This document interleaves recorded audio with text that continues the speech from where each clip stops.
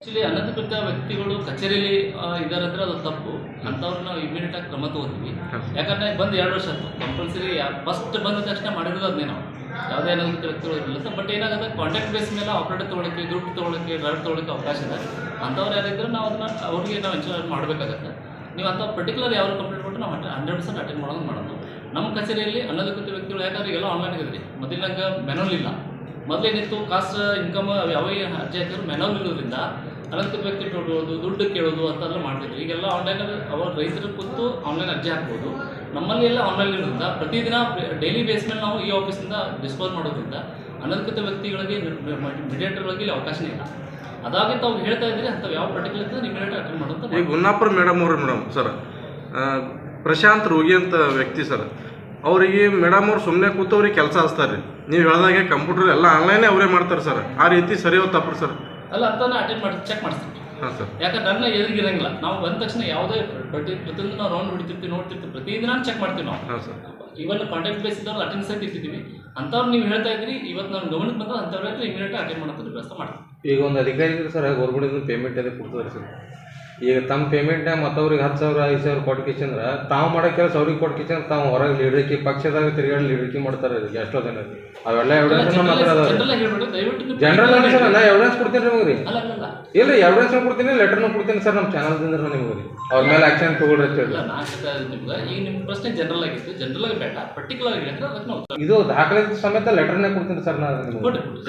Sir, ಇಲ್ಲಿ ಏನು ಅನುಕಂಪ ಇದು ಅದರ ಸಿಬ್ಬಂದಿಗಳು ಕೋಣೆ ಅದ ಸರ್. ಅಲ್ಲಿ ಕೆಲವು ಮೇಡಮ್ಗಳು ಯಾವುದೋ ಸಮಯಕ್ಕೆ ಹೊರಗೆ ಹೋಗೋದು, ಒಳಗೆ ಬರೋದು ಮಾಡ್ತಾರೆ ಸರ್. ಅದು ನಿಮ್ಮ ಗಮನಕ್ಕಾದೇನು ಸರ್? ಸರ್ಕಾರಿ ಸಮಯಗಳು ಹೊರ ಸುತ್ತಾಡ್ತಾರೆ ಸರ್. ಸರ್ಕಾರ ಸಮಯದಲ್ಲಿ ಹೊರಗೆ ಸುತ್ತಾಡ್ರೆ ಅದೊಂದು ಪ್ರೊಸೀಜರ್, ಪ್ರೊಸೀಜರ್ ಪ್ರಕಾರ ಹೋಗ್ತಾರೆ. ಬ್ಯಾಂಕಿಗೆ ಅಂತ ಹೋಗ್ಬೋದು, ಮತ್ತೊಂದು ಕೆಲಸಕ್ಕೆ ಹೋಗ್ಬೋದು. ಹೋಗ್ಲಿಕ್ಕೆ ಇಲ್ಲ ಅಂತಿಲ್ಲ, 10ರಿಂದ 5 ಕಚೇರಿಯಲ್ಲೇ ಕೊಡ್ಬೇಕಂತಿಲ್ಲ. ಹಂಗಂತ ಬೇಗ ಬೇಗ ತಿರುಗಾಡ್ಲಿಕ್ಕೆ ಅವಕಾಶ ಇಲ್ಲ. ಅದಕ್ಕೊಂದು ಪರ್ಟಿಕ್ಯುಲರ್ ಅವ್ರದೇ ಒಂದೊಂದು ಏನೋ ಪ್ರಶ್ನೆ ಇರ್ತಾವೆ, ಅಥವಾ ಬ್ಯಾಂಕಿಂದ ಇರ್ತೈತಿ, ಅದಕ್ಕೊಂದು ಪ್ರೊಸೀಜರ್, ಆ ಪ್ರೊಸೀಜರ್ ಪ್ರಕಾರ ಅವರು ಹೋಗಿ ಬರ್ಬೋದು. ಅದನ್ನ ನಾವು ಅಟೆಂಡ್ ಮಾಡ್ತೀವಿ ಸರ್. ಈ ಗೋಷ್ಠಿ ತಲಾಟೆ ಬರ್ತಾರೆ ಎಲ್ಗುಡ್ ಅಂತ ಹೇಳಿ, ಎಲ್ಗುಡ್ ಪೂಜಾರಿ ಅಂತ ಹೇಳಿ, ಅವ್ರ ಬಗ್ಗೆ ನೀವು ಆ್ಯಕ್ಷನ್ ಏನು ತಗೋರಿ? ನಾವು ಆಲ್ರೆಡಿ ಸರ್ ನಮ್ಮ ಪ್ರಬುದ್ಧ ಕಲ್ಯಾಣ ನ್ಯೂಸ್ನಾಗ ಬಂದೈತಿ ಅದು.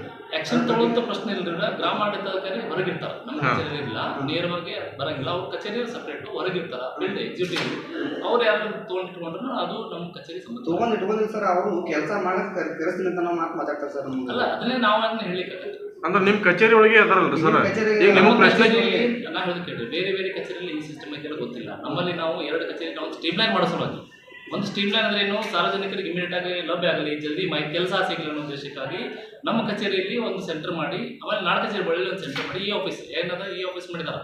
ನಮ್ಮ ಇಲಾಖೆಗೆಲ್ಲ ತಮಗೆಲ್ಲ ಗೊತ್ತಿದೆ. ಈ ಆಫೀಸನ್ನು ಭಾಳ ಸೀರಿಯಸ್ ಆಗಿ ನಾವೆಲ್ಲ ಇಂಪ್ಲಿಮೆಂಟೇಷನ್ ಮಾಡಿದ್ವಿ. ಈ ಆಫೀಸ್ ವರ್ಕ್ ಆಗ್ಬೇಕಾದ್ರೆ ಕಚೇರಿಗೆ ಬರ್ಬೇಕು. ಅವರೆಲ್ಲ ಮಾಡ್ಕೊಂಡು ಬಂದು ಒಂದು 5 ನಿಮಿಷದ ಕೆಲಸ ಮಾಡ್ಕೊಂಡು ಹೋಗ್ತಿರ್ತಾರೆ. ಈಗ ಗ್ರಾಮ ಆಡಳಿತ ಅದಲ್ಲ ಸರ್, ಅವ್ರೇನು ಇಂಡಿಯಾಗೆ ಇರ್ತಾರೆ, ಅವ್ರ ಆಫೀಸಲ್ಲಿ ಗ್ರಾಮಗಳದಾಗ ವಾಸ್ತವ ಇಲ್ಲ ಸರ್. ಅಷ್ಟೇ ಇಲ್ಲೇ ಪ್ರತಿ ಸಲ ಮಿನಿ ಯೂಸಸ್ ಆ ಥರ ಸಿಗ್ತಾರೆ. ಇಲ್ಲ, ಮಿನಿ ಯೂಸಸ್ ಆದ ಈಗ ಕೆಲಸಗಳು ಇರೋದ್ರಿಂದ ಬರ್ತಿರ್ತಾರೆ. ಬಟ್ ಅಲ್ಲಿ ಅಟೆಂಡೆನ್ಸ್ ಅಲ್ಲಿ ಹೋಗಲ್ಲ ಸರ್. ಅಲ್ಲಿ ಈಗ ಅಲ್ಲಿ ಹಳ್ಳಿ ಜನ ನನಗೆ ಹೇಳ್ತೀನಿ, ಅಲ್ಲಿಂದ ನಮಗೆ ಫೋನ್ ಮಾಡಿ ಇಂಡಿಗೆ ಬಾ ಅಂತ ಸರ್. ಅಲ್ಲಿ ಯಾಕೆ ಹೋಗಲ್ಲ? ಇಂಡಿಗೆ ಅಂದ್ರೆ ಮೀಟಿಂಗ್ ಮತ್ತೊಂದು ವಿಷಯ ಕರೆದಾಗ ಬಂದಿರ್ತಾರೆ, ಭೂಮಿ ಕೆಲಸಕ್ಕೆ ಮತ್ತೊಂದು ಏನು ಹೇಳ್ತಾ ಇದ್ರಿ, ಗ್ರಾಮಾಡಳಿತಾಧಿಕಾರಿಗಳು ಕೇಂದ್ರ ಸ್ಥಾನದಲ್ಲ, ಎಲ್ಲರೂ ತಾಲೂಕು ಕೇಂದ್ರದಲ್ಲಿ ಇರ್ತಾರೆ ಅಂತ ಹೇಳ್ತಾ ಇದ್ದಾರೆ. ಈಗ ಪ್ರತಿಯೊಂದು ಗ್ರಾಮ ಆಡಳಿತ, ನಮ್ಮಲ್ಲಿ 38 ಗ್ರಾಮ ಆಡಳಿತಾಧಿಕಾರಿ ಅದಾರೆ ಗ್ರಾಮ. ಅವ್ರಿಗೆಲ್ಲ ಪ್ರತಿಯೊಂದು ಒಂದು ಗ್ರಾಮ ಪಂಚಾಯತಿಗೆ ಒಂದು ಕಚೇರಿಯಿಂದ ಓಪನ್ ಮಾಡಿಸಿ ಕಂಪಲ್ಸರಿ ಕೊಡಲಿಕ್ಕೆ ಸರ್ಕಾರದ ಸ್ಪಷ್ಟ ನಿರ್ದೇಶನ ಕಟ್ಟುನಿಟ್ಟಿನ ನಾವು ಅವ್ರಿಗೆಲ್ಲರಿಗೂ ಕಂಪಲ್ಸರಿ ಒಂದು ಕಚೇರಿ ಹೇಳಿದ್ವಿ. ಬಟ್ ಖಾಯಂ ಅಲ್ಲೇ ಕೊಡ್ಲಿಕ್ಕೆ ಆಗಲ್ಲ. 10ರಿಂದ 5 ಒಂದೇ ಕಡೆ ಕೊಡ್ಲಿಕ್ಕೆ ಆಗಲ್ಲ. ಯಾಕಂದ್ರೆ 4 ಹಳ್ಳಿ ಇರ್ತಾವೆ, 2 ಸಾಜ ಇರ್ತಾವೆ, 8 ಹಳ್ಳಿ ಇರ್ತಾವೆ, ಅವ್ರು ಹೋಗ್ಬೇಕಾಗತ್ತೆ.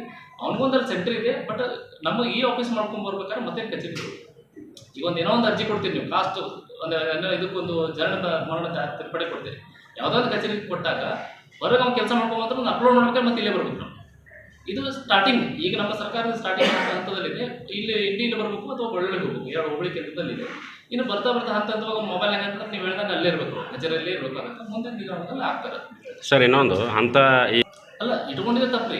ಇಟ್ಕೊಂಡು ದುಡ್ಡು ತೊಗೊಳ್ತಾರೆ, 2ನೇ ತಪ್ಪು ಸರ್. ನಾವು ನಾನೇ ಡೈರೆಕ್ಟಾಗಿ ಆರೋಪ ಮಾಡ್ಲತ್ತೀನಿ, ಅವ್ರು ಆ ವ್ಯಕ್ತಿಗಳಿಗೆ ಹಚ್ಚಿ ಸಾರ್ವಜನಿಕರ ಹತ್ರ ಕೆಲಸ ಮಾಡ್ಬೇಕಾದ್ರೆ ದುಡ್ಡು ತೊಗೋತಾರೆ. ಏನು ಹೇಳ್ತೀರಿ ಸರ್? ಈಗ ಅಂಥವ್ರಿಗೆ ಇಮಿಡಿಯೇಟಾಗಿ ನಾವು ಕ್ರಮ ತಗೋತೀವಿ. ಅದನ್ನೆಲ್ಲಿ ಇಟ್ಕೊಳ್ಳಾರ್ದಂಗೆ ಅವ್ರ ಸ್ವಂತ ಕೆಲಸ ಮಾಡಬೇಕು ಅಂತ ನಾವು ಎನ್ಶೂರ್ ಮಾಡ್ಕೋತೀವಿ.